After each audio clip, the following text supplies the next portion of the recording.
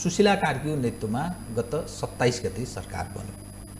अब यहाँसम्म आइपुग्दा अब चाँडै केही दिनपछि त 1 महिना पनि हुन्छ, यसको जम्मा 6 महिनाभित्रमा चुनाव गराउने, फागुन 21 सम्ममा चुनाव सम्पन्न गर्ने भने म्यान्डेट यसलाई प्राप्त छ। यसको कुन संविधानको कुन धारा अन्तर्गत बनेको भन्ने अर्को प्रश्न छ। तर यसै बिचमा नि जुन खालको यो सरकारले जे काम गरिरहेको छ यो कस्तो लाग्छ तपाईलाई? जस्तै 1500 लगभग हतियार हरायो। त्यो हतियार कोसँग छ, कुन प्रहरीको कारण हरायो, केही पहिचान भएको छैन। अनि जेल ब्रेक गरे, झन्नै 9000 कैदीहरू सामूहिक जेल ब्रेक गरे, उनीहरू फरार छन्। यस्तो अवस्थामा मन्त्रीमण्डलले पूर्णता पनि पाउन सकेको छैन। 11 सदस्य बनाउँछु भन्छन् सुशीला कार्की, 8 मा सीमित।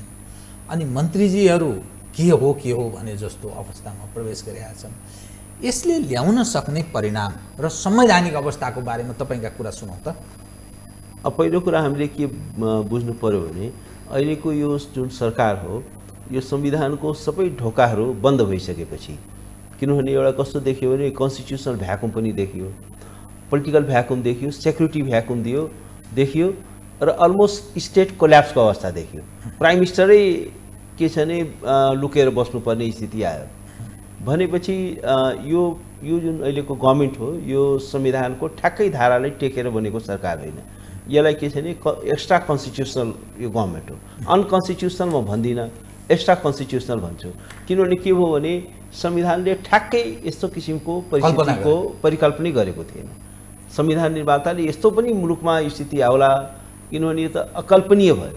कहिलेकाहीँ के भन्छ भने निर्माताहरूको काहीँ न काहीँ त्यो फार साइटेड भएनछन् भनेर बुझ्नु पर्यो। अब के भनिन्छ भने जति नै देवदूतले आएर संविधान लेखे पनि भविष्यका सम्पूर्ण सम्भावनाहरूलाई, सम्पूर्ण जटिलताहरूलाई त्यो चाहिँ फोर्सी नगर्न सक्छ। जति नै ठुलो भए पनि कहिलेकाहीँ के हुन्छ भने यस किसिमको स्थितिको जे होस् परिकल्पना भएन। अब यसलाई चाहिँ हामीले उनीहरूको दूरदृष्टिको अभाव पनि भन्न सकिन्छ। तर अब त्यो संविधानमा त्यसको कुनै बन्दोबस्त थिएन भनेपछि अब के गर्ने भन्ने स्थिति भयो। त्यसकारण अब यो चाहिँ अब आवश्यकताको सिद्धान्त भनियो, तर आवश्यकताको सिद्धान्त भनेको पनि एउटा खतरनाक सिद्धान्त हो। किनभने यसले के गर्छ भने लोकतान्त्रिक संविधानलाई खाइदिन नि सक्छ। धेरै संविधानहरू विलुप्त भएका छन् यही आवश्यकताको सिद्धान्तको कारणले। तर अब कुरो के हो भने नेसनको लङ टर्म एउटा स्टेबिलिटी, किनभने अहिले त मुलुकको एउटा एक्जिस्टेन्सियल क्राइसिस भयो। मुलुकै रहला कि नरहला जस्तो भयो, स्टेट त कोल्याप्स नै भयो नि भन्दाखेरि यो एउटा अनप्रेसिडेन्टेड क्राइसिस हो, महासङ्कट भन्छु म। सङ्कट पनि होइन, महासङ्कटको स्थितिमा अब कसरी नेभिगेट गर्ने, कसरी यसबाट पार पाउने एउटा गम्भीर जटिलता र चुनौती छ र त्यसले राष्ट्रलाई चाहिँ के छ भने एउटा रणभुल बनायो। पर्प्लेक्स्ड भयौँ हामी कसरी अगाडि बढ्ने भन्ने कुरामा। तर एनिवे अब एउटा सरकार चाहिँ बनेको छ। अब सरकार बन्नु नै एउटा ठुलो कुरो जस्तो भयो। यसले केही वातावरण बनायो त, जस्तो यो लगभग 76+ मानिसको ज्यान गयो, यत्रो हतियार हराएको छ, कयौं कैदी जेल ब्रेक गरेर मतलब फरार छन्। राजनीतिक दलहरू जो पुरानो संसदमा थिए उनीहरूसँग सरकारको खास डायलग भएको, वातावरण निर्माणको कुरा पनि भएको छैन। स्वयं पुराना दलहरू डिमोरलाइज देखिन्छ। त यस्तो अवस्थामा सुशीला कार्की त कुनै सङ्गठन छैन, त भएका सङ्गठन संरचनाहरू त पुरानै छ। त यो अब के हुने त यसले? अब एउटा के हो भने जस्तो यो सरकार चाहिँ यो सङ्गठनको बलमा बनेको सरकार होइन, यो चाहिँ एउटा अपराइजिङको मुभमेन्टको बलमा बनेको सरकार हो। यसको म्यान्डेट नै, यसको लेजिटिमेसी भनौँ यो चाहिँ अपराइजिङ हो, युवाहरूको आन्दोलन हो।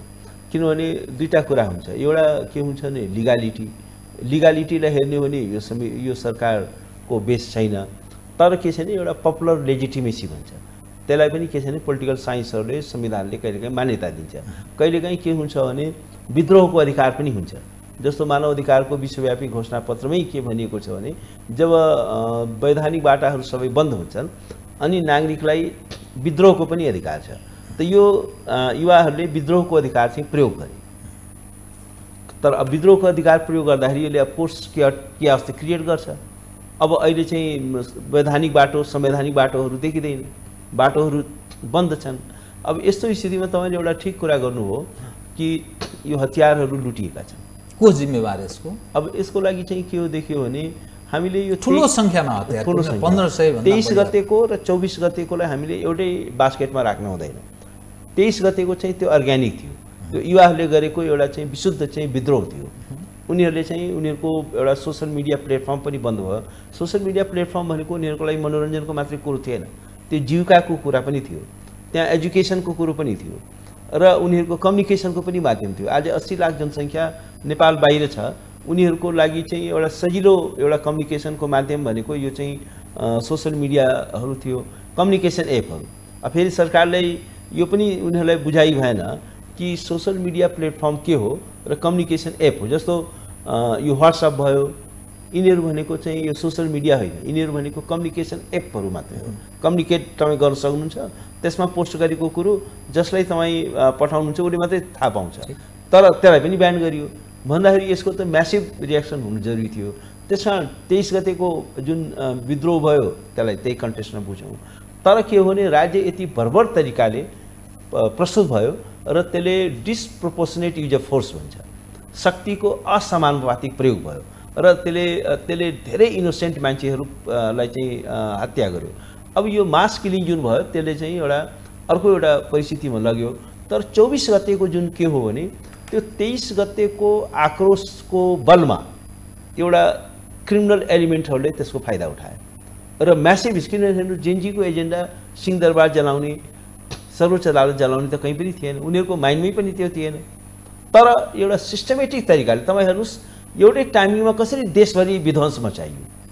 टाइमिङ एउटै छ। मान्छेहरूले भन्छन् जानकारहरूले कि बनाएको थियो एप्सहरू जसले कसको घर ठ्याक्कै कहाँ छ ठ्याक्कै त्यही घरमा हान्ने भन्ने गरिएको थियो। सिंहदरबारमा हानियो, सर्वोच्च अदालत जलाइयो। ती हेर्नुहोस् कस्तो देखियो भने कि खास चाहिँ के छ भने अभियुक्तका फाइलहरू छानी जलाएको छ।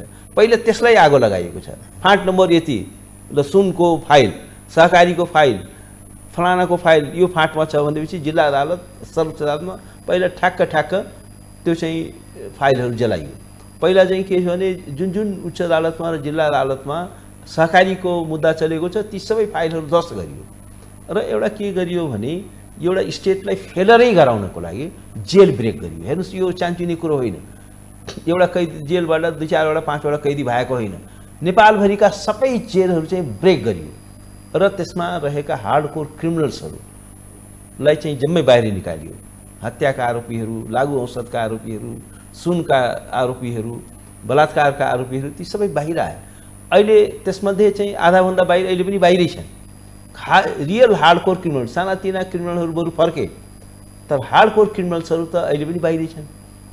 अब अहिले चाहिँ हामी अहिलेको जुन सेक्युरिटी सिचुएसन छ यत्रो सेक्युरिटी भ्याकुम क्रिएट गरेको छ र यसले के गर्छ भने हतियार पनि लुटिएको छ र क्रिमिनलहरू पनि बाहिर छन्। त के अनि सरकार लयमा आउन सक्छ त? अब यत्रो हतियार लुटियो, यत्रो मानिसको ज्यान पनि गयो, कोही दण्डित पनि भएको देखिँदैन र कोही सबै सामान्य हिसाबले सरकार बनेको जस्तो गतिविधिमा यो सरकार सामेल छ। के हो त्यसमा म सरकारमा बसेकाले के चाहिँ सुझाव दिन्छु भने यो चाहिँ बिजनेस एज युजुअल होइन, गम्भीर राजनीतिक इच्छा शक्ति चाहिँ प्रदर्शित गर्नु जरुरी छ। पोलिटिकल देखिएको चाहिँ कस्तो अहिलेसम्म चाहिँ त्यो छनक देखाउन सकेको छैन र अब चाहिँ ठिक छ अलिकति हामी यो चाडबाड पनि आयो, भर्खर बनेको छ, कहिलेकाहीँ त्यो ब्रिफिङमा पनि टाइम लाग्छ, कुरा पनि बुझ्नु पर्यो, फेरि एउटा मिस स्टेपले अर्को खतरनाक समस्या ल्याउन सक्छ।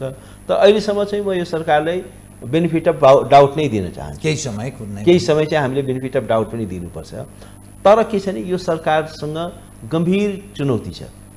जस्तो भन्नुहोस् पहिलो चुनौती नै के छ भने एउटा डिफिसिट अफ ट्रस्ट छ, विश्वास भाँचिएको छ। त्यो एउटा विश्वास कसरी जगाउने, आशा कसरी जगाउने।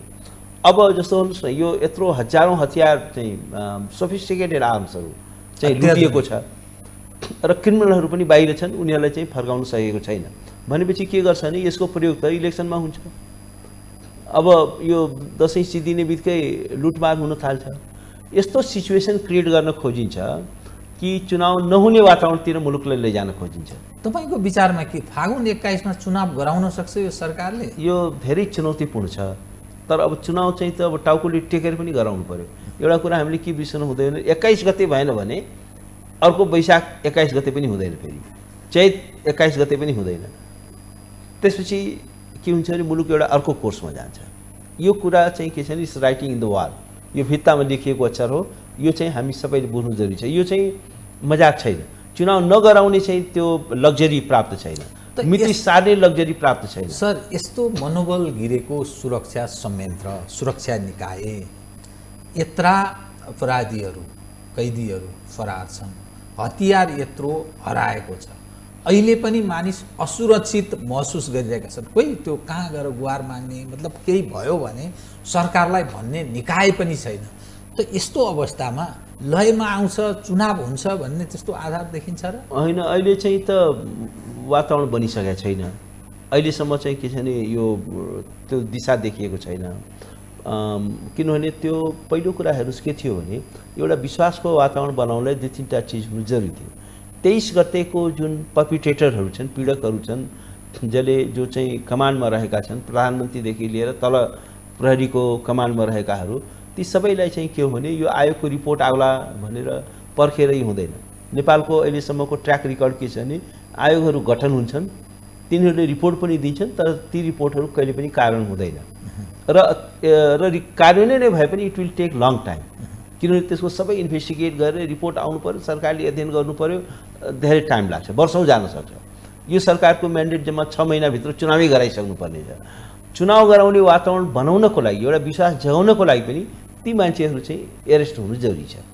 अर्को कुरा 24 गतेको जुन यत्रो ठुलो विध्वंस भयो, यी मानिस पक्राउ हुनु जरुरी छ। को मानिस? ती 24 गतेको घटनाक्रममा हेर्नुहोस्, यो पत्ता लगाउन धेरै गाह्रो छैन।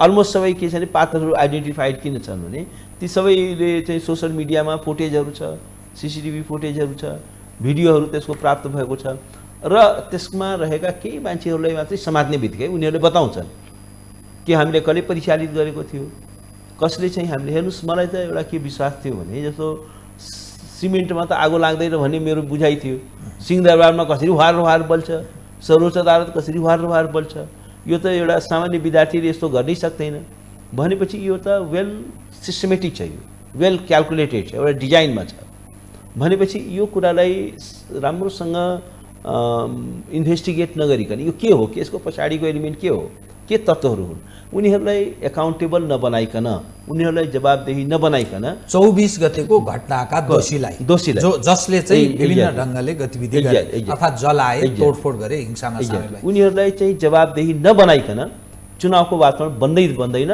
र एउटा कुरा के हुन्छ भने क्रिमिनलहरू जहिले पनि एउटा डेमोक्रेटिक प्रोसेसका स्पोइलरहरू हुन्छ। यिनीहरू बिथोर छन्, स्पोइलर्सहरू हुन्। अहिले अपराधीहरू पनि भएका छन्, हतियार पनि लुटिएको छ। 24 गतेको यत्रो चाहिँ विध्वंस मचाउने पनि यदि कम्प्लिट चाहिँ के छ भने दण्डहीनता हुने हो भने यसले मुलुक ट्र्याकमा आउँदैन। सर, यसैमा हजुर, ल ठिक छ, त्यो जलाउनेलाई त पक्राउ गर्नुपर्छ, दण्डित गर्नुपर्छ, बुझ्न सकियो। तर जसले 76 भन्दा बढी मानिसको ज्यान लियो अनि जसले यो राजनीतिक निकास दिनलाई आनाकानी गरेर यत्रो गम्भीर क्षति भयो, राष्ट्रमा यत्रो क्षति भयो, हतियार लुट्ने हदसम्म हाम्रो सुरक्षा निकाय त्यो मौन बस्यो। अर्थात् ऊ यति कमजोर फितलो रहेछ र त्यसको नेतृत्व पंक्ति यति कमजोर रहेछ अनि यी चाहिँ दण्डित हुनु पर्दैन? यो त दण्डित हुनै पर्छ। पहिलो कस्तो दण्डको अपेक्षा गरिन्छ? जस्तो मानिलिनुहोस् न, प्रधानमन्त्री, गृहमन्त्री, वा मन्त्रीहरू, वा IGP होला, वा अरू जो मानिसहरूको विभिन्न ढङ्गले नाम लिन्छन् नि, त उनीहरूलाई कुन तहसम्मको दण्ड गर्ने? यिनीहरू सबै मानव हत्याका दोषी हुन्छन्। अझ पक्राउ हुनुपर्छ, पक्राउ एकदम 100% हुनुपर्छ र यसको लागि आयोगको जरुरी छैन। यो त सामान्य क्रिमिनल इन्भेस्टिगेसनको विषय हो। अहिले हेर्नुहोस्, फिलिपिन्सको राष्ट्रपतिलाई इन्टरनेसनल क्रिमिनल कोर्टले चाहिँ के छ भने दण्डित गर्दैछ। यो चाहिँ simply it's a matter of criminal ल। मुलुकको फौजदारी न्याय प्रणाली सक्षम छ। यो आयोगको क्षेत्राधिकार के हुन्छ भने त्यसले एउटा ट्रेन्ड एनालिसिस गर्छ, फ्युचरको सुधारको बाटोहरू के हुन सक्छ, पोलिसी रेकमेन्डेसनहरू दिन्छ, त्यसलाई पर्खिनु जरुरी छैन। र एउटा यसमा चाहिँ के छ, यसको एउटा थ्योरी के छ भने कमान्ड रेस्पोन्सिबिलिटी। कमान्ड रेस्पोन्सिबिलिटी भनेको के हो भने तपाईँ चाहे पोलिटिकल लिडर हुनुहोस् या सेक्युरिटी लिडर हुनुहोस्, तपाईँले गैर कानुनी आदेश जारी गर्न हुँदैन। गैर कानुनी आदेश जारी पनि गर्न हुँदैन। यसमा को दोषी देखिन्छ? गैर कानुनी आदेश जारी गरेको देखिन्छ कि देखिँदैन यो घटना? होइन, जारी त अब हेर्नुहोस्, प्राइम मिनिस्टर गृहमन्त्री त ठाडै एकाउन्टेबल भइहाल्यो नि, ठाडै पक्राउका भागीदार एकदम एकदम। उनीहरू त कमान्डमा छन् नि। र म त के भन्छु भने क्याबिनेटको पनि कलेक्टिभ रेस्पोन्सिबिलिटी हुन्छ, उनीहरूको पनि एकाउन्टेबिलिटी हुन्छ। क्याबिनेटका मेम्बरहरूको एउटा कलेक्टिभ रेस्पोन्सिबिलिटीको थ्योरी अनुसार उनीहरू पनि एकाउन्टेबल हुन्छन्। उनीहरूको क्रिमिनल एकाउन्टेबिलिटी इन्स्योर हुनुपर्छ। त्यसपछि तपाईँको प्रहरी सेक्युरिटीको कमान्ड, सिडिओको र down to the command officer, यो सबै चेन अफ कमान्डभित्र पर्छ। फिल्डमा खटेको कमान्ड अफिसर त्यो कसो कमान्डमा थियो? कमान्ड प्रहरीको प्रमुख अर्थात् आइजिपी, अनि त्यसपछि फिल्डमा खटेको प्रहरी सिडिओ र अब त्यहाँको चाहिँ अब भ्याली डिआइजी यिनीहरू पनि भनौँ, किनभने यो त चेन अफ कमान्डको छ नि त त्यहाँ। र यसमा के हुन्छ भने चेन अफ त्यसमा इलिगल अर्डर इस्यु गरेको छ भने, किनभने संविधानले शक्तिको यो चाहिँ असमानुपातिक प्रयोगलाई रोक लगाएको छ, राइट टु लाइफ चाहिँ इन्स्योर गरेको छ, प्रत्याभूत गरेको छ, जीवनको अधिकारलाई खोस्ने गरी निहत्था नागरिकमाथि। हेर्नुहोस्, यो जुन हतियार प्रयोग गरिएको छ त्यो भनेको चाहिँ के हो भने युद्धको बेलामा शत्रु राष्ट्रको विरुद्धमा प्रयोग हुने हतियार हो। त्यो भनेको चाहिँ क्राउड कन्ट्रोलको लागि त्यो हतियारहरू प्रयोग गरिँदैन। त्यसलाई चाहिँ के छ भने सिभिल लिथल वेपन त प्रयोगै गर्न पाइँदैन। हेर्नुहोस्, नेपाल चाहिँ के छ भने युएनको सदस्य हो, त्यसले एउटा गाइडलाइन बनाएको छ कि शक्तिको प्रयोग सम्बन्धी। त्यसमा के भन्छ भने समानुपातिक प्रयोग हुनु पर्यो र लिथल वेपनहरू, घातक हतियारहरूको प्रयोग चाहिँ के छ भने सिभिलियनमाथि गर्न पाइँदैन क्राउड कन्ट्रोलको लागि। किनभने नागरिकको चाहिँ के छ भने विद्रोहको अधिकार छ, नागरिकले विरोध प्रकट गर्न सक्छ, एसेम्ब्ली गर्न सक्छ, जुलुस निकाल्न सक्छ। त्यसलाई दबाउनको लागि क्राउडलाई किनभने त्यसको उद्देश्य के हुन्छ भने भिडलाई तितर बितर गर्नु हो, त्यहाँ हत्या गर्नु होइन। त्यो चाहिँ विदेशी कुनै आतङ्ककारी होइनन्, तिनीहरू सबै निहत्था नागरिकहरू छन्। कोही पनि त्यहाँ हतियार लिएर भेला भएको छैन। अलिअलि उनीहरूले तोडफोडै गर्ला अरे, तर त्यसलाई चाहिँ के छ भने नन भायोलेन्स मिन्सद्वारा रबरको गोली होला, पानीको फोहरा होला, आँसु ग्यास होला, इभन लठी होला, र गोली नै चलाउने कुरा पनि एक त लिथल वेपन, त्यो घातक कस्तो देखियो त तपाईँको नजरमा? अनि यो त कस्तो देखियो भने यो एज इफ ती हाम्रा कलिला नानीहरू नभएर कुनै शत्रु देशका चाहिँ के छ भने फौजहरू हो। त्यो शत्रु देशको फौजले मानव नेपालमा आक्रमण गरेको छ र उनीहरूलाई चाहिँ नेपालको सेक्युरिटी फोर्सले चाहिँ लिथल वेपन, घातक हतियारको प्रयोग गरिरहेको छ। टाउकोमा गोली हानिरहेको छ, छातीमा गोली हानिरहेको छ। त्यो दिन त म अस्पतालमा पुगेको छु, 23 गतेको बेलुका म ट्राउमा सेन्टर सिभिल अस्पतालमा पुगेको छु। त्यहाँ मैले त्यो लासहरू देखेको छु, त्यहाँ घाइतेहरूलाई भेटेको छु। धेरैलाई कसै टाउकोमा, छातीमा, कसैलाई छातीमा लाग्न नसकेर छेउमा त्यसरी गोली प्रहार गरिएको छ। र मैले त्यो गोली पनि एकजना भाइले देखाए, यो यस्तो गोली हानेको रहेछ। त्यस्तो गोलीहरू चाहिँ क्राउडमा का लागि प्रयोग गर्न पाइँदैन, सिभिलियनको एगेन्स्टमा त्यस्तो गोली प्रयोग हुन सक्दैन। तर यहाँ त के गरियो भने सारा हामी लोकतान्त्रिक राज्य भन्छौँ, विधिको शासनमा आधारित राज्य भन्छौँ, हामी फन्डामेन्टल राइट्स चाहिँ के छ भने संविधानमा ग्यारेन्टी गरेका छौँ। तर हामी आफ्ना नागरिकको विरुद्धमा एज इफ यिनीहरू चाहिँ के छ भने कुनै आतङ्ककारी हुन्, कुनै शत्रु देशका नागरिक हुन्, शत्रु देशको सेना हो, नागरिकलाई पनि शत्रु देशको। हेर्नुहोस्, त्यहाँ चाहिँ के छ भने मैले कति घाइतेहरूलाई भेटेँ जसलाई चाहिँ कुन्दाले आँखामा हानिएको छ, भुइँमा लडाएर चाहिँ के छ भने छातीमा चाहिँ बोटले कुल्चिएको छ। त्यो गर्न मिल्छ? मतलब के प्रहरीलाई अलिकति अपराधीकरण गरेछ राज्यले, संयन्त्रले विभिन्न समयमा 35-36 वर्षमा? त्यही भन्नु पर्यो। किनभने उनीहरूलाई एउटा त के हो भने मानव अधिकार यी यावत छोडेर एउटा आपराधिक मानसिकताका मानिसहरूलाई त्यो प्रयोग हुन थालेछ के त्यसो? अब कस्तो छ भने मैले एउटा चाहिँ 2 वर्ष अगाडि यो जब बालकुमारीमा यो कोरिया जाने विद्यार्थीमाथि गोली प्रहार भएर केही विद्यार्थीहरू मारिए नि, त्यो बेला मैले सर्वोच्च अदालतमा रिट पिटिसन दायर गरेको थिएँ कि भिड नियन्त्रणको लागि यो घातक हतियारको प्रयोगलाई कम्प्लिट प्रतिबन्ध गर। र मैले त्यसमा भनेको थिएँ यो एउटा गाइडलाइन, मैले त्यसको एउटा ड्राफ्टै तयार गरेको थिएँ। यो तरिकाले मात्रै भिड तयार हुन सक्छ। एउटा मैले गाइडलाइन, मैले एउटा यो पनि माग गरेको थिएँ कि एउटा चाहिँ यो राइट कन्ट्रोलको लागि, दङ्गा नियन्त्रणको लागि, प्रदर्शनहरूको लागि एउटा नेपाल प्रहरीमा एउटा छुट्टै युनिट राख जो चाहिँ वेल ट्रेन्ड हुन्छन्, कसरी अहिंसात्मक तरिकाले कसरी चाहिँ भिड चाहिँ नियन्त्रण गर्ने, भितर बनाउने, धेरै घातक प्रयोग नगर्ने त्यसको लागि एउटा छुट्टै युनिट हुनु पर्यो। अब हामीले के गरेका छौँ भने स्पेशल त्यो प्रहरीको युनिटहरूलाई प्रयोग गरिरहेको छौँ भन्दाखेरि यो चाहिँ हाम्रो राज्यको स्ट्र्याटेजी नै रङ छ। यसका लागि चाहिँ के छ भने गृहमन्त्रीदेखि लिएर आखिर कस्तो खालको प्रहरीहरू त्यहाँ खटाइयो। जुन बुतामा जुन विद्रोह यहाँले भन्नुभयो, जुन विद्रोहको बुतामा सुशीला कार्की प्रधानमन्त्री भइन्, त्यसै अनुसार गृहमन्त्रीहरू पनि भए।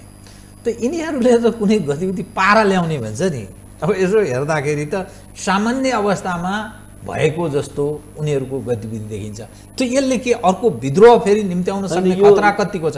कतिपय मानिस भन्दैछन् छठपछि यहाँ उत्पात हुन्छ भनेर मान्छे त्राइमामको अवस्थामा छन्, किनभने असुरक्षा त्यत्तिकै छ, मानिस आक्रोशित छन्, सरकार सामान्य अवस्थामा जस्तो काम गरिरहेको छ। र जो विगतका ठुला पार्टी खास गरी नेपाली काङ्ग्रेस, नेकपा एमाले, माओवादी केन्द्र, इभन त्यो रासोपा राप्रपाहरू नै पनि मुर्झाएको जस्तो, अर्थात् त्यो नुन खाएको कुखुरा जस्तो, के गर्ने बोल्न पनि नसक्ने, के गर्ने हो नेतृत्व फेर्ने कि अथवा के गर्ने, त उनीहरू सडकमा आउन सक्ने अवस्था पनि छैन। त यस्तो जो दृश्य देखिएको छ यसले के अर्थ लाग्छ यो? अनि एउटा के देखियो भने सरकारले एकदमै क्विक एक्ट गर्नु जरुरी छ। एउटा त 23 गतेको लागि तत्काल नियन्त्रणमा लिनै पर्यो। 24 गतेको लागि चाहिँ के छ भने तत्काल चाहिँ म्यासिभ स्केलमा चाहिँ के छ भने त्यो छानबिन हुनु पर्यो। र अर्को के छ भने जुन जेल ब्रेकरहरू छन्, जेल ब्रेकरहरूलाई चाहिँ के छ भने इमिडिएट उनीहरूलाई चाहिँ जेल फर्काउनु पर्यो। त्यसको लागि राज्यले आफ्नो सारा संयन्त्र मोबिलाइज गर्नु पर्यो। त्यो लुटिएका हतियारहरूलाई फिर्ता ल्याउनको लागि पनि राज्यले अधिकतम प्रयत्न गर्नु पर्यो।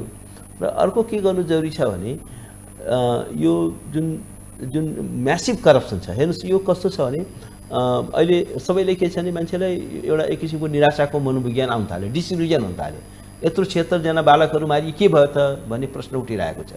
यो गम्भीर प्रश्न छ। यसले के गर्छ भने यसले अहिलेको होल उपलब्धिलाई खाइदिन सक्छ, अहिलेको होल यो परिवर्तनलाई खाइदिन सक्छ। त्यसकारण के अर्को कोर्समा जान सक्ने गम्भीर खतरा छ। यदि मिसह्यान्डलिङ भयो र गम्भीर राजनीतिक इच्छा शक्तिको आधारमा यो सरकारले अहिले यो 3-4 वटा काम गरेन भने अर्को कुरा के पनि गर्नु जरुरी छ भने यो जुन भ्रष्टाचारको यत्रो ठुलो देखियो, मास स्केलमा यत्रो ह्युज स्केलमा करप्सन देखियो, आज उनीहरूलाई पनि त म त के भन्छु भने स्टेटका मेकानिजमहरू छन्, सम्पत्ति शुद्धिकरण विभागदेखि लिएर सारा छ। यो भ्रष्टाचारको छानबिन गर्न बडो सजिलो छ। के छ भने यदि तपाईँको टोटल इन्कम यति देखिन्छ, जीवनभरिको सबै तलब भत्ता सारा जोड्दाखेरि तपाईँको वैध कमाई होला 2 करोड, तपाईँको सम्पत्ति छ 200 करोडको छ भने त्यो बाँकी स्रोत खुलेन भनेपछि यसमा त्यो बेलाका सबै अलमोस्ट सबै पोलिटिसियन्सहरू, टप ब्युरोक्राट्सहरू, इभन सर्वोच्च अदालतका न्यायाधीशहरू, रिटायर्ड न्यायाधीशहरू, यो सबैको चाहिँ के हुने एउटा कुरा त सम्पत्ति छानबिन हुनैपर्छ। त्यो सम्पत्ति छानबिन भएर मास स्केलमा यदि हामीले करप्सनलाई सम्बोधन कसले गर्ने, त्यो अख्तियारले गर्ने कि सम्पत्ति शुद्धिकरण विभागले गर्ने कि विश्वास? अब अख्तियारले काम गर्छन् भन्ने मान्छेलाई विश्वास। अब यस्तो छ, अख्तियार त यो चाहिँ के थियो भने राजनीतिक उद्देश्यका लागि त्यसमा मान्छेहरू भरिएका थिए, कार्यकर्ताहरू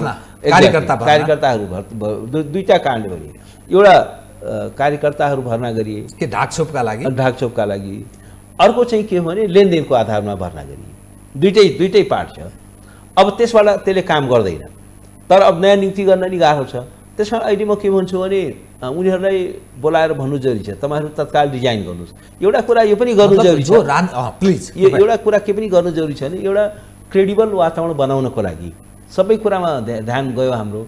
तर जुन लेनदेनको आधारमा असक्षम मान्छेहरू राजनीतिक दलको हेडक्वार्टरबाट नियुक्त भएका न्यायाधीशहरू छन्, संवैधानिक 52 जना पदाधिकारीहरू छन्। यही सर्वोच्च अदालतले के गर्यो भने त्यो 52 जना पदाधिकारीहरूको संविधानलाई मिचेर उनीहरूको नियुक्ति भएको थियो, संसदीय सुनवाई पनि भएको थिएन, अध्यादेश ल्याएर संविधानै संशोधन हुने गरी नियुक्ति गरिएको थियो, तर सर्वोच्च अदालतले त्यसलाई सदर गर्यो। अब त्यो 52 जना दे मस्ट गो होम, उनीहरूले त रिजाइन गर्नै पर्यो। र सर्वोच्च अदालतमा जसरी न्यायाधीशहरू नियुक्त भएका छन् तिनीहरूले पनि त बाटो क्लियर गर्नु पर्यो नि त। सर म विगत सम्झाउँ, सुशीला कार्की नै रहेका बेला 80 जनाको नियुक्ति भएको छ। जुन खालको हाम्रो न्याय परिषद छ, जुन खालको हाम्रो संवैधानिक परिषद छ, त सुशीला कार्कीबाट त्यो आशा गर्न सकिन्छ उनकै अहिले त यो सरकारले न्यायाधीश निकाल्न सक्दैन होइन, किनभने अब त्यसको फेरि लामो संवैधानिक प्रक्रिया छ। तर एउटा म के भन्छु भने बङ्गलादेशमा पनि भएको थियो, आन्दोलनकारीले भने यो न्यायाधीशहरू पनि they are also part of the problem, यिनीहरूले गर्दा पनि नेपाल मतलब जबरजस्ती तपाईहरु जानुस् भन्दा प्रधानमन्त्रीले भन्न सक्ने भयो त्यसकारण राजीनामा गर्नुस् भन्नु प्रधानमन्त्रीले भन्नु होला नहोला, तर हामी नागरिकले भन्नुपर्ने हुन्छ। हामी चाहिँ के छ भने कानुन व्यवस्थाले मिडियाले भन्नुपर्ने हुन्छ। तपाईहरु जो तपाईको जसको नाम चाहिँ पार्टीको हेडक्वार्टरबाट आएर तपाईहरु नियुक्त हुनुभएको छ, तपाईहरु जो विशुद्ध लेनदेनको आधारमा नियुक्त हुनुभएको छ, तपाई जो क्षमताविहीन व्यक्तिहरू नियुक्त हुनुभएको छ, त्यो सबैले चाहिँ बाटो क्लियर गर्नुस्। तपाईहरु रिजाइन मास स्केलमा रिजाइन गर्नुस्। तपाईहरु राखेर किनभने हेर्नुस् सबै कुरा सुधार गरेको अर्थै हुँदैन यदि न्यायपालिका जस्ताको तस्तै छ। तपाईले रुल अफ लको ग्यारेन्टी नै गर्न सक्नुहुन्न। जति नै तपाईले संविधान नयाँ लेखन गर्नु होला जे गर्नु होला, तर यदि यही न्यायपालिका यही जजेसहरू हुने हो भने तपाईले जस्टिस सुनिश्चित गर्न सक्नुहुन्न, तपाईले दण्डहीनता समाप्त गर्न सक्नुहुन्न, किनभने पार्टीको हेडक्वार्टरको आधारमा चाहिँ यहाँ फैसलाहरू हुन्छन्। त्यो 52 जनाकोबाट पनि हामीले हेर्यौं भनेपछि अब यो जजेसहरूको कुनै नैतिक दायित्व छैन, उनीहरूको पनि कुनै नैतिक जवाबदेहिता हुँदैन। त्यसकारण एउटा कुरा के हो भने एउटा एउटा एउटा यसमा चाहिँ नैतिक दबाब चौतर्फी दिनु जरुरी छ कि जजेसहरूले चाहिँ यो चाहिँ अदालत खाली गर्नु जरुरी छ। त्यस्ता न्यायाधीशहरू सबैले नभनौँ, तर 80% न्यायाधीशहरू त्यस्तै छन्, एक्सेप्सनमा केही न्यायाधीशहरू राम्रो। अनि संवैधानिक निकायको खाली गर्नु पर्यो। र अरू पनि हेर्नुस् धेरै सीओहरू छन्, गभर्नमेन्ट संस्थानहरू छन्, राजदूतहरू छन्। राजदूतहरू 5-5 करोड रुपियाँ दिएर राजदूतहरू नियुक्त गरिन्थे। सीओहरू चाहिँ के छ भने 5 देखि 15 करोड 25 करोड त्यहाँको आम्दानीको हेरेर राजदूतको पनि के छ भने सान्तिना भारे कन्ट्रीहरूको सी ग्रेडका राजदूतहरूको 5 करोड, अरूको चाहिँ 15 देखि 25 करोड रुपियाँ थियो। अनि त्यो राजदूतहरू राखे त्यसले नेपाललाई रिप्रेजेन्ट गर्छ। अनि त्यस्तो राजदूतहरू क्षमताविहीन राजदूतहरू जसले नेपाललाई रिप्रेजेन्टै गर्न सक्दैनन् हो, त्यस्तोलाई पनि राख्नु जरुरी छैन। हामीले साँच्चीकै भन्यो भने रियल स्टेट रिस्ट्रक्चरिङ गर्नु जरुरी छ। यो सारा कुरा राज्यको टोटल पुनर्संरचना गर्नु जरुरी छ। र यस्ता व्यक्तिहरू हेर्नुस् राखेर चाहिँ के छ भने मुलुक बन्द। यही हेर्नुस् मुख्य सचिव यिनीहरूले कुलिङ पिरियडमा बदमासी गरेको होइन, यिनलाई बचाइएको होइन। र किन भन्दाखेरि यिनलाई चाहिँ तयार गरिएको थियो कि तपाईँ चाहिँ अख्तियारको चाहिँ चिफ तपाईँले बनाइनेछ। हेर्नुस् कसरी चाहिँ के छ भने सेटिङहरू गरिएको थियो। सर्वोच्च अदालतमा के छ भने अब 92 सालसम्म को चिफ जस्टिस हुने भनेर सबै तय गरिएको, सबै तय गरिएको छ। त्यसरी गर्न मिल्छ? त्यसरी चाहिँ प्लानिङ गरेर यसपछि यो चिफ जस्टिस यसपछि यो चिफ जस्टिस भनेर सारा चाहिँ के छ भने होमवर्क गरेर आफ्ना मान्छेहरूलाई कार्यकर्ताहरूलाई र त्यस्ता खालका मान्छेलाई चाहिँ के छ भने सेटिङ गरिएको छ। उनीहरूले स्टेप डाउन गर्नु पर्दैन। उनीहरू एउटा डिजाइनका तहत चाहिँ त्यहाँ नियुक्त गरिएका छन् र उनीहरूको लोयल्टी को प्रति हुन्छ? संविधानका प्रति हुन्छ, मुलुकका प्रति हुन्छ, जनताका प्रति हुन्छ कि नियुक्तिदाताका प्रति हुन्छ? हामीले देखिरहेका छौँ जहाँ धेरै ठुलो चाहिँ के छ भने सत्तारूढ दलको या ती पोलिटिसियन्सहरूको इन्ट्रेस्ट इन्भल्भ भएको छ भने त्यहाँ चाहिँ निर्णयहरू संविधानलाई टेकेर हुँदैन, आफ्नो नियुक्तिदाताको इन्ट्रेस्टलाई हेरेर चाहिँ फैसलाहरू हुने गरेका छन्। त्यो ओपन सेक्रेट हो। अनि त्यस्तो न्यायाधीश राखेर त्यस्तो चाहिँ स्ट्रक्चर राखेर तपाईँले कसरी एउटा नयाँ कुराहरू स्थापित गर्न सक्नुहुन्छ? कसरी सामाजिक न्याय सुनिश्चित गर्न सक्नुहुन्छ? कसरी सुशासन सुनिश्चित गर्न सक्नुहुन्छ? सुशासनको सबभन्दा ठुलो आधार त न्यायपालिका हो नि। अनि त्यसलाई चाहिँ रिस्ट्रक्चरिङ गर्नु जरुरी छ। र भ्रष्टाचारको हेर्नुस् के छ भने यो जबसम्म यो स्रोत नखुलेको सम्पत्ति जसले होल्ड गरेर बसेको छ त्यसलाई मास स्केलमा चाहिँ एकाउन्टेबल बनाउनु जरुरी छ। त यो नगरे के? र उनीहरूको सम्पत्ति हेर्नुस् एउटा के छ भने अब यत्रो सिंहदरबार जल्यो, सर्वोच्च अदालत जल्यो, कसरी बनाउने? यो सारा चाहिँ के छ भने यो चाहिँ गैर कानुनी ढङ्गले सम्पत्ति आर्जन गरेका सार्वजनिक पद धारण गरेका व्यक्तिहरूको यदि सम्पत्ति तपाईँले जफत गर्नुभयो भने यस्ता 5 वटा सिंहदरबार बनाउनलाई पर्याप्त पैसा हुनेछ। त्यो पैसा त्यहाँबाट निकाल्नु पर्यो। यो सबै चाहिँ के छ भने पोलिटिसियन्सहरूको चाहिँ घरमा छापा मार्नु जरुरी छ। र घरमा मात्रै होइन, तपाईँको के हुन्छ भने क्यास त धेरै राखेको हुँदैन नि। प्रमुख आयुक्तले अख्तियारको प्रमुख आयुक्तले हाम्रो पहुँच छैन, पैसा त बाहिरै डिल हुँदो रहेछ भनेर संसदमै भने उनले के हो गर्ने? होइन, बाहिरको पनि ट्र्याक हुनसक्छ। बाहिरको पनि के हुन्छ भने अहिले साँच्चीको भने एउटा क्रेडिबल इन्भेस्टिगेसन भयो भने कहाँबाट पैसा कहाँ गयो, त्यसपछि कहाँ गयो, त्यसपछि कहाँ गयो। र पैसा नेपालको के हुने गर्छ भने यो ट्याक्स हेभन कन्ट्रीमा लगिन्छ यहाँबाट। र म त लयरको नाताले कहिलेकाहीँ म यो पनि बुझ्छु कि नेपालमा आउने धेरै फरेन इन्भेस्टमेन्टहरू यहीँकै ब्ल्याक मनी पहिला अरू देशमा पठाइन्छ र त्यहाँबाट फेरि त्यो पैसा नेपाल ल्याइन्छ। यो स्थिति छ भनेपछि त्यो पनि ट्र्याक हुनसक्छ। तर ठिक छ, त्यसलाई सेकेन्ड स्टेजमा राखौँ। पहिलो स्टेजमा यहीँ हेर्नुहोस् न, एउटा तपाईँको चाहिँ एउटा ब्ल्याक मनीलाई व्हाइट बनाउने यसरी काम बाहिर लग्यो फेरि यहाँ ल्यायो होइन। त्यसपछि के छ, सबै नेताका छोराछोरीहरू विदेशमा छन्। अहिले तपाईँ हेर्नुहोस्, सबै पोलिटिसियन्सहरूको र टप ब्युरोक्राट्सहरूको छोराछोरी कहाँ छन् त्यो पत्ता लगाउनुहोस्। र उनीहरूको त्यहाँ कति ठुल्ठुलो बिजनेसहरू होल्ड गरेका छन्। एउटै व्यक्तिले 200वटा पेट्रोल पम्प खोलेर बस्यो होला, होटल खोलेर बसेको छ, त्यसको पैसाको सबै यहीँको पैसा हो। त त्यो स्थिति छ। त्यस कारण के छ भने राज्यसँग एउटा गम्भीर इच्छा शक्ति हुने हो भने यो गर्न सकिन्छ, देखिन्छ, इच्छा शक्ति देखिन्छ। इच्छा शक्ति अब एउटा म के भन्छु भने अब अहिलेको सरकारलाई असफल हुने छुट छैन। त्यो लग्जरी हामी एज ए नेसनलाई पनि हामीले पनि त्यो लग्जरी छैन। बल्ल यो सरकारै पनि भएन भने अर्को के हुने भन्ने छ। 21 गते चुनाव हुन सकेन भने फेरि के हुने। किनभने एउटा कुरा हामीले के बुझ्नु पर्यो भने अहिले बिजनेस एज युजुअल होइन। अब अहिले कुनै संवैधानिक प्रक्रियाद्वारा सरकार बन्न सक्दैन। अलरेडी चाहिँ के छ भने हामी एउटा अर्को कोर्समा गइसकेका छौँ। तर अब ड्यामेजलाई कसरी मिनिमाइज गर्दै कसरी चाहिँ एउटा स्टेबल कोर्समा जाने भन्ने एउटा गम्भीर चुनौती छ। एउटा कुरा के बुझ्नु पर्यो भने यो सबै डिप स्टेटहरू एक्टिभ छन्। डिप स्टेटहरू एक्टिभ छन्। यो 24 गतेको यसै भएको छैन। यो क्लियर कट चाहिँ के छ भने डिप स्टेट देखिन्छ त्यहाँ। त्यो अनइलेक्टेड। यसले के छिमेकीहरूलाई पनि गम्भीर असर, छिमेकी राष्ट्रलाई पनि पर्छ? छिमेकी अफकोर्स पर्छ। पहिलो कुरा त के हो भने नेपालको जुन जस्तो भारतको लद्दाखमा देखियो, मणिपुरमा देखियो, बिहारमै पनि केही नेपाल जस्तो हामी पनि क्रान्ति त्यहाँ त्यो त एउटा अर्कै पार्ट भयो। जस्तो अब मोरक्कोमा पनि भयो होइन, अहिले माडागास्करमा पनि अहिले भइरहेछ। त्यो भनेको त एउटा कुनै पनि क्रान्तिको एउटा चाहिँ एक किसिमको पोजिटिभ इम्प्याक्टहरू पर्छ। मतलब विश्व तर अब म के भन्छु भने त्यसको एउटा सेक्युरिटी इम्प्याक्ट पनि पर्छ। किनभने एउटा कुरा के हो, नेपालमा यदि सिरियस डिस्टेबलाइजेसन भयो, गम्भीर अस्थिरतामा भयो भने यसले चाहिँ के छ भने छिमेकीहरूको स्थिरतालाई पनि खतरा पार्दछ। उनीहरू बढी सक्रिय हुनुपर्ने बाध्यता हुन्छ, बाध्यात्मक हुन्छ। सक्रिय नभनौँ तर कहीँ न कहीँ त उनीहरूको पनि क्वाइट डिप्लोमेसी त चाहिएला नि। नेपालले पनि एउटा चाहिँ शान्त कूटनीतिमा त छिमेकीहरूलाई त इङ्गेज गर्न सक्नु पर्यो, रिच आउट गर्न सक्नु, विश्वासमा लिन सक्नु पर्यो। किनभने हेर्नुहोस्, एकजना यो लियो रुज भन्ने एउटा नेपालको ठुलो अध्येता छन्। उनले के भन्थ्यो भने हरेक देशको एउटा युनिभर्सल प्रिन्सिपल के हो भने कुनै पनि देशको विदेश नीति भनेको त्यहाँको घरेलु नीतिको रिफ्लेक्सन हो, त्यसको विस्तार हो। तर नेपाल यसको अपवाद हो। नेपाल किन अपवाद हो भने नेपालको घरेलु नीति केही पनि छैन। नेपालको चाहिँ इन्टरनेसनल पावरहरूले, जियो पोलिटिक्सले जे निर्धारण गर्छ त्यो नेपालकोमा त्यही हुन्छ। नेपालमा रेजिमै चेन्ज हुन सक्छ। कस्तो व्यवस्था ल्याएछौँ त हामीले, कस्तो नेतृत्व, कस्तो सिस्टम। त्यस कारण के छ भने नेपालको चाहिँ के हुने भन्ने कुरा त्यो चाहिँ वासिङटन, त्यो चाहिँ दिल्ली, त्यो चाहिँ बेजिङबाट पनि तय हुन्छ। सबै कुरा यहीँबाट तय हुँदैन। डिप स्टेट भनेको नेपालको मात्रै डिप स्टेट होइन, त्यो इन्टरनेसनल डिप स्टेट पनि छ। हामीले हेरिरहेका छौँ कसरी चाहिँ के छ भने संसारमा तख्तापलटहरू कसरी भइरहेको हुन्छन्, कसरी रेजिम चेन्ज हुन्छ, कसरी आर्म चाहिँ के छ भने कुहरू हुन्छन्। त्यो सबै होम ग्रोन हुँदैन।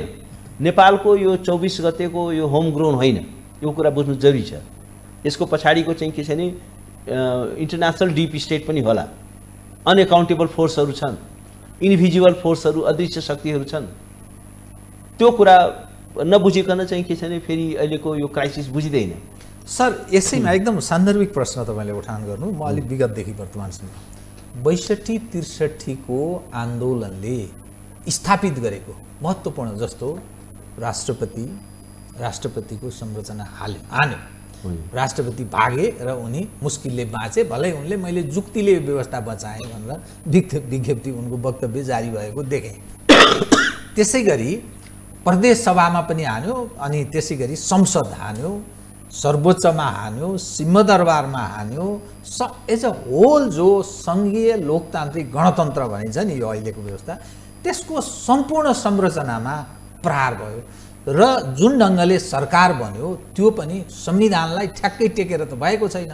त यसको अर्थ यो सिस्टम गएको हो कि अथवा सिस्टमले काम नगरेको हो कि के हो? अनि यसैमा राष्ट्रिय सभा यथावत छ, प्रदेश सभा यथावत छ, प्रतिनिधि सभा विघटन भयो, यसलाई कसरी हेर्ने? अब एउटा कुरा हामीले के बुझ्नु पर्यो भने यो चाहिँ स्टेट कोल्याप्स चाहिँ भएकै हो, स्टेट फेलर पनि होइन, स्टेट कोल्याप्स हो। किनभने हामीले के देख्यौँ भने 24 गतेपछि, 24 गते नै भनौँ न, के देखियो भने सेक्युरिटी भ्याकुम देखियो, पोलिटिकल भ्याकुम देखियो, लिडरसिपको भ्याकुम देखियो, गभर्मेन्ट भ्याकुम देखियो, भनेपछि सबै कुरा जिरोमा पुग्यो नि। एउटा कुरा के देखियो भने नेपाललाई सिस्टमेटिक रूपमा नेपालको ब्याकबोन ढाँड भाँच्ने काम भयो। हेर्नुहोस्, कार्यपालिकामाथि आक्रमण भयो, सिंहदरबारमा ध्वस्त गरियो, त्यहाँ प्रधानमन्त्री बस्ने बिल्डिङै छैन, कागजातै छैन, मेमोरी नै छैन, केही पनि इन्स्टिट्युसनल मेमोरी नै रहेन, कार्यपालिकाले ध्वस्त गरियो। आखिर कुनै पनि राज्य हुनलाई त 3टा बेसिक एलिमेन्ट चाहियो नि त। कार्यपालिका ध्वस्त भयो, संसद समाप्त भयो, संसदको पनि कागजपत्रदेखि लिएर बिल्डिङ मात्रै जलेन, त्यसको कागजपत्र पनि जल्यो। हुँदा चाहिँ के छ भने हामी कसैले पनि नचिताएको सर्वोच्च अदालत ध्वस्त बनाइयो, अरू अदालतहरू पनि ध्वस्त गराइयो, भनेपछि कार्यपालिका, न्यायपालिका र व्यवस्थापिका स्टेटको 3टै अङ्गलाई चाहिँ के छ भने ध्वस्त बनाइयो। यो भनेको चाहिँ के छ भने नेपालको अस्तित्वमाथिको प्रहार, एक्जिस्टेन्सियल क्राइसिस सुरु भएको हो नि। यो चान्चुने कुरो होइन नि, यो यति ठुलो कुरो 7 सालमा पनि भएको थिएन, 46 सालमा पनि भएको थिएन, 62-63 सालमा पनि भएको थिएन। यो चाहिँ के छ भने नेसनको ब्याकबोन नै ध्वस्त गरियो। अब चाहिँ कस्तो देखियो भने यसबाट ठिक छ भवनहरू त निर्माण होला, तर सर्वोच्च अदालतले कसरी फैसला गर्ने? आज 10% फाइल मात्रै छ, त्यहाँ 10% मात्रै फाइल छ, 90% को के गर्ने? अब त्यो पनि गम्भीर जटिलता छ।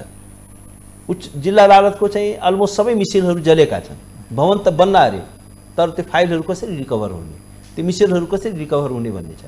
भन्दाखेरि के हो भने यो एउटा अनप्रेसिडेन्टेड हामी क्राइसिसमा छौँ। अब यसका लागि चाहिँ के छ भने स्टेटसँग एउटा वेल थट स्ट्राटेजी चाहिन्छ, गम्भीर राजनीतिक इच्छाशक्ति पनि चाहिन्छ, यसले आफ्नो नैतिक शक्ति पनि इन्हान्स गर्नु जरुरी छ, पोलिटिकल चाहिँ माइलेजहरू बढाउनु जरुरी छ, डायलगहरू गर्नु जरुरी छ, जेएनजीहरूको पनि डिफ्रेन्ट ग्रुप्सहरू छन्, उनीहरूसँग पनि रिच आउट गर्नु जरुरी छ। अहिलेको रोड म्याप के हुने भन्ने विषयमै एउटा कुनै स्पष्ट छैन, त एउटा क्लियर कट रोड म्याप हुनु पर्यो। चुनाव गराउनको लागि अब समय घर्किन थाल्यो, किनभने हामी we are running out of time. अब धेरै कुरा हुनु, किनभने पहिलो कुरा यो सेक्युरिटी भ्याकुम अहिले पनि छ र सेक्युरिटी सिचुएसनलाई एउटा क्रेडिबल नबनाइकन चुनाव हुने वातावरण बन्द, विश्वासको वातावरण सिर्जना, विश्वासको वातावरण, मतलब म सुरक्षित छु भन्ने हुनु पर्यो नि। मतदातालाई चाहिँ ढुक्क भएर मत दिन पाउने, उम्मेदवारलाई ढुक्क भएर म चाहिँ प्रचार गर्न पाउने भन्ने एउटा सुनिश्चितता हुनु पर्यो नि। आज तपाईँले अघि नै भन्नुभयो हजारौँ हतियारहरू त लुटिएका थिए नि, क्रिमिनलहरू अहिले पनि बाहिर छन् नि। र एउटा कुरा हेर्नुहोस्, क्रिमिनलहरू बाहिर छन्, सांसदहरू चाहिँ के छ भने संसदबाट चाहिँ राजीनामा दिएर चाहिँ नखो कारागार पुगेका छन्, उनीहरूलाई केही कसैले प्रश्न पनि उठाएको छैन। यो त गम्भीर रूपमा गैर कानुनी काम हो नि, कैदबाट भाग्नु पनि भएन, भगाउन नि हुँदैन नि। केन्द्रीय समितिका मान्छेहरू फुलमाला लगाएर सबै लिएर आएको छन् र जसले गर्दाखेरि के छ भने देशभरिको जेलहरू तोडिएको छन्। त्यसको कुनै पोलिटिकल एकाउन्टेबिलिटी हुँदैन। तपाईँ राजनीतिक दल खोलेर बस्नु भएको छ, तपाईँ सुशासनको कुरा गर्दै हुनुहुन्छ, आफै चाहिँ के छ भने सारा अपराधीहरूलाई जेलबाट निकाल्नको लागि तपाईँले आधार तयार गर्नुभएको छ। एउटा अर्गनाइज पोलिटिकल पार्टीले के गरेको छ भने जेल तोडाउने काम गरेको छ। त्यसका ल मेकरहरू चाहिँ के हो भने त्यहाँ स्वागत गर्नलाई पुगेका छन्, त्यहाँ चाहिँ सेक्युरिटी च्यालेन्ज क्रिएट गरिएको छ। भनेपछि यस्ता इस्युजहरू छन् जसमा कुनै छैन। र म त के भन्छु भने जबसम्म हामीले यो 23 गतेको 24 गतेको जेल ब्रेकदेखि लिएर सारा कुराको बारेमा राज्यले एउटा चाहिँ खुट्टा टेक्दैन नि, तबसम्म यो चाहिँ सिचुएसन चुनावको लागि बन्दैन। एउटा क्रेडिबल एटमोस्फियर बनाउनु जरुरी छ। र अर्को कुरा के छ भने पोलिटिकल पार्टिजहरू तपाईँ ठिक हुनु डेमोरलाइज छ, तर डेमोक्रेसीमा पोलिटिकल पार्टीको विकल्प चाहिँ निर्दलीयता होइन, पोलिटिकल पार्टीको विकल्प पोलिटिकल पार्टी नै हो। हुनु के पर्यो भने अहिले पनि यो पोलिटिकल पार्टीहरूले राइटिङ इन द वाल यो मेसेज बुझेको छैन। उनीहरूले के गर्नु पर्यो भने पहिलो जेनेरेसनको त मास स्केलमा स्टेप डाउन गराउनु पर्यो। सेकेन्ड जेनेरेसनको नेताहरूलाई पनि मास स्केलमा रिजाइन गर्नु पर्यो र तेस्रो जेनेरेसनहरू पनि कस्तो छ भने विद्यार्थी युनियनको युवा सङ्घको तरुण दलको के नेवी सङ्घको अनेरा सहयोगको अध्यक्ष छ, काठमाडौँमा उसको 2टा घर छ, गाडी चढेर हिँड्छ, अदृश्य सम्पत्ति छ, अदृश्य कहाँबाट ल्यायो ठगेर ल्यायो त्यो केही हिसाब किताब छैन, आम्दानीको स्रोत केही पनि देखिँदैन। भनेपछि उनीहरूको सबैको काम के हो भने बिचौलियाको काम। सरकारमा छ उनीहरूको काम चाहिँ सबै ठेकापट्टामा गएर बार्गेनिङ गर्ने, कसलाई ठेकापट्टा दिनुपर्छ भनेर उनीहरूले निर्णय गर्छ। भनेपछि एउटा यो कस्तो भयो भने होल सिस्टम नै सडिसकेको भयो डाउन टु द विद्यार्थी नेतासम्म।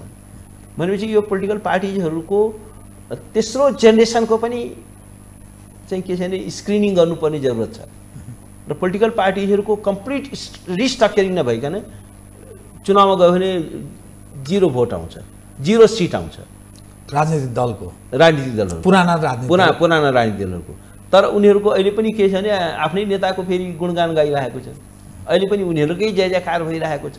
उनीहरूले अब यो होल प्रोसेसमा स्पाइडरको भूमिकाहरू खेल्नेछन्। उनीहरूले पनि सेक्युरिटी च्यालेन्जहरू, किनभने के हुन्छ भने हार्ने व्यक्तिले जहिले पनि चुनाव बिथोल्न खोज्छ। अब म हार्छु, स्योर मेरो सिट आउँदैन, भोट आउँदैन भनेपछि यो चुनाव किन हुन दिने। जसरी माओवादीले त्यो बेला गर्थ्यो नि, जबसम्म उसले आफ्नो चुनाव जित्ने सबै तयारी पुरा गरेन तबसम्म उसले चुनावै हुन दिएन। त्यो वास्तविकता त हामीले थाहा छ नि। पहिलो चुनावमा माओवादीको कति धेरै सिट आयो। यदि समानुपातिकको सिस्टम नभएको भए पहिला उसले आफैले 100% समानुपातिक भन्यो, तर समानुपातिकको सिस्टम नभएको उसको त फुल मेजोरिटी आउने रहेछ। उसको त 2/3 आउला जस्तो थियो समानुपातिक नभएको भए। प्रत्यक्षमा धेरै सिट आयो, समानुपातिकले अलिक ब्रेक गर्यो, जबकि उनीहरू नै कुरो नबुझेर त्यो बेला समानुपातिकको कुरो गरिरहेको थियो। तर उनीहरूले जबसम्म चाहिँ उनीहरूको चुनाव जित्ने एउटा फेभरेबल सिचुएसन बनेन तबसम्म चुनाव गराएन। भन्दा यो गम्भीर जटिलता र मोडमा हामी छौँ। तर एउटा एक्स्ट्राअर्डिनरी क्राइसिसको टाइममा छौँ। अहिले एक्स्ट्राअर्डिनरी विस्डमको आवश्यकता छ, असाधारण बुद्धिमत्ताको आवश्यकता छ, असाधारण होसियारीको आवश्यकता छ, असाधारण राजनीतिक विवेकको आवश्यकता छ। र त्यसको लागि चाहिँ के छ भने अब यो राष्ट्रको क्यापासिटी पनि बिल्डिङ गर्नु जरुरी छ। यो चाहिँ के छ भने मुलुक भनेको चाहिँ केही थान मन्त्रीहरू मात्र होइन, मुलुक त हाम्रो पनि हो नि। यो कोल्याप्स हो भने त हामी सबै शरणार्थी भएर हिँड्नुपर्ने हुन्छ नि त, देशविहीन हुनुपर्ने स्थिति आउन सक्छ नि। अब अहिले खालि पहिलाको स्थिति के हुन्थ्यो भने लोकतन्त्र रहने वा नरहने बिचको मात्रै चोइस हुन्थ्यो। अहिलेको चोइस लोकतन्त्र रहने नरहनेको मात्रै चोइस छैन। अहिले मुलुकै रहन्छ कि रहँदैन भन्ने खतरामा छ। खालि लोकतन्त्र र नो लोकतन्त्रको भन्ने मात्रै कुरो भएन नि त। लोकतन्त्र इज अ मिनिमम, त्यो त चाहियो नि। तर त्योभन्दा पनि बेसिक हो, आधारभूत लोकतन्त्र। तर त्योभन्दा बिगर क्राइसिस के भयो भने मुलुकै रहन्छ कि रहँदैन भन्ने क्राइसिसमा हामी छौँ नि। Existential, we are facing the existential crisis. यसको जिम्मेवार को? यो चाहिँ यो कलेक्टिभ फेलर हो। कलेक्टिभ फेलर हो यो। सबै नेताहरू, सबै सार्वजनिक पद धारण गरेकोहरू, हाम्रो पोलिटिसियन्सहरू, they suppose to be the part of the solution. उनीहरूले समस्याको समाधान गर्नुपर्ने आशा गरिन्थ्यो, but now they became the part of the problem. उनीहरू आफै समस्याको रूपमा रहेका छन्। उनीहरू रोड ब्लकको रूपमा रहेका छन्। उनीहरूले मुलुकलाई को प्रगतिलाई बाधा पुर्याएका छन् र उनीहरूसँग त्यो क्षमता पनि छैन, त्यो मोरल अथोरिटी पनि छैन। त्यस कारण यो कलेक्टिभ फेलरको बाटो हो। तर अब हामीले एफोर्ड गर्न सक्दैनौँ। यस्ता असफल नेताहरूलाई अब यो राष्ट्रले एफोर्ड गर्न सक्दैन। Now it's became too much. विकल्प